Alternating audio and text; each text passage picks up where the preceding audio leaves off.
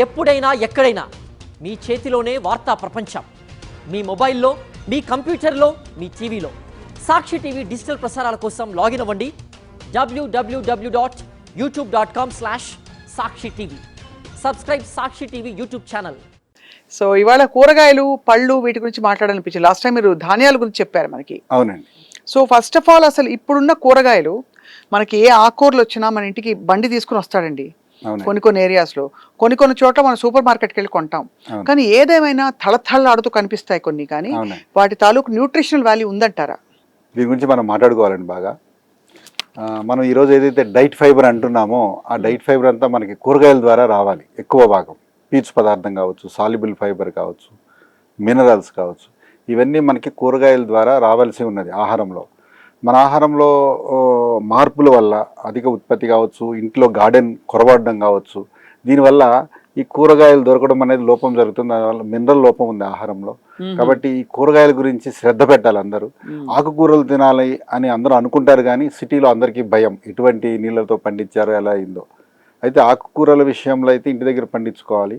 అయితే మనకి చాలా సందర్భాల్లో ఏం జరుగుతుందంటే పండించిన తర్వాత కూడా కొందరు అది తడతడలాడటానికి స్ప్రే చేయడము, రకరకాల పద్ధతులు పాటించడం, మాల్ ప్రాక్టీసెస్ వల్ల కూడా వినియోగదారుడికి అది నష్టం జరుగుతుంది.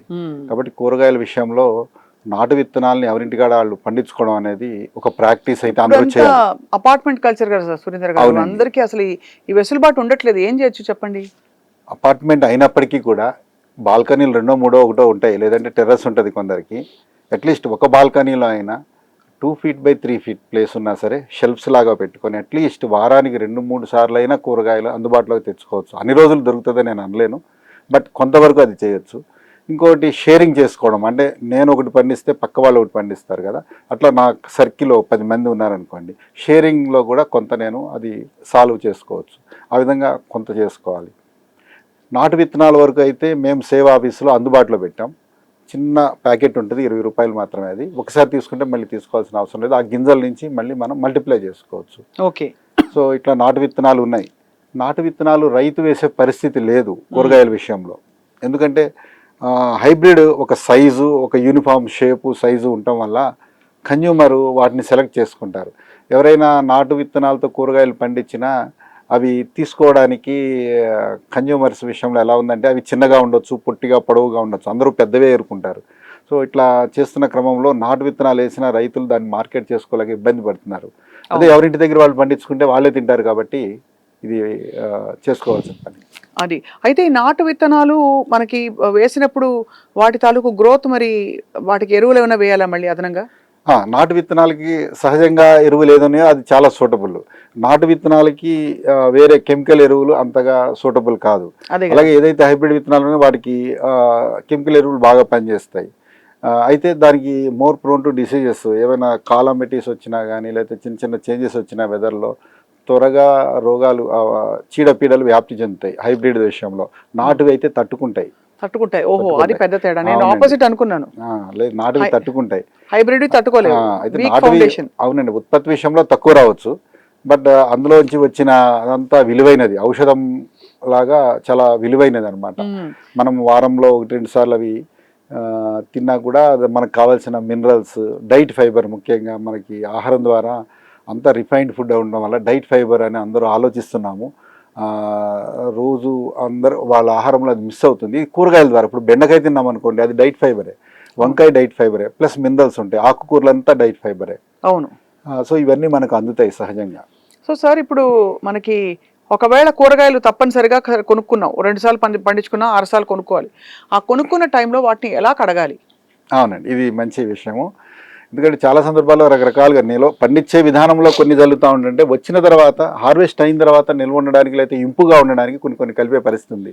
ఉదాహరణకి వ్యాక్సింగ్ చేస్తారు కొన్ని పళ్ళ, కొన్ని అలా చేసే పరిస్థితి ఉన్నది. టొమాటోస్ మీద ఎర్రగా అలా నిగనిగలాడడానికి మనం చాలా భయంకరం అది. అవును. అయితే వీటికి మన వరకు ఉన్నది చేయగలిగింది ఏంటంటే, ఏదైనా తేగానే సాల్ట్ వాటర్లో సోక్ చేసుకోవడం, గోరువెచ్చటి నీళ్లు తీసుకోవాలి. దాంట్లో కూరగాయలని కట్ చేయకుండానే ఆ హోల్గా ఉన్నదాన్నే చక్కగా ఒక 5 నిమిషాలు వేడి నీటిలో సాల్ట్ అంటే 1 లీటర్కి సుమారుగా ఒక 3 గ్రాములు, 5 గ్రాములు అంటే ఒక ½ స్పూన్ వరకు వేసి దాంట్లో సోక్ చేయాలండి. ఖచ్చితంగా ఇది చేయాలి. ఇది చేయడం వల్ల దాంట్లో ఉన్న ఎఫెక్ట్ తగ్గుతుంది. అలాగే ఇంట్లో కనుక అగ్నిహోత్రం వేసినట్లయితే పిడక కాల్సిన బూడిద ఉంటుంది, ఆ బూడిదని కూడా పట్టిస్తే అది అబ్జర్వ్ చేసుకుంటుంది, తర్వాత వాష్ చేసుకోవచ్చు, ఇలా కూడా చేసుకోవచ్చు. సో బూడిద కూడా ఇలా మనకి ఆ కెమికల్స్ అబ్జర్వ్ చేస్తుంది, చక్కగా ఆ కెమికల్స్ని తీసుకుంటుంది, దాని ఎఫెక్ట్ తగ్గుతుంది. సో ఈ బూడిదని మనం నీళ్ళల్లో వేసుకుని కూడా మనకి ఈరోజు చాలామంది ఆల్కలైన్ వాటర్ అంటున్నారు. పిడకలు కాలిస్తే వచ్చే బూడిదని వస్త్రదాలితం చేసుకుంటే ఆ బూడిదని మనం లీటర్కి ఒక 1/2 స్పూన్ అలా వేసుకుంటే, ఇప్పుడు ఆర్ఓ వాటర్ రకరకాలుగా తాగుతున్నారుగా, మినరల్స్ కంప్లీట్గా ఉండకపోవచ్చు, సో దీనివల్ల వస్తుంది. అలాగే ఇదే బూడిదని మనం కూరగాయలని శుద్ధి చేసుకోవడానికి, శుభ్రం చేసుకోవడానికి కూడా వాడుకోవచ్చు. ఇది కూడా మీ సేవ సంస్థలో అమ్ముతారా?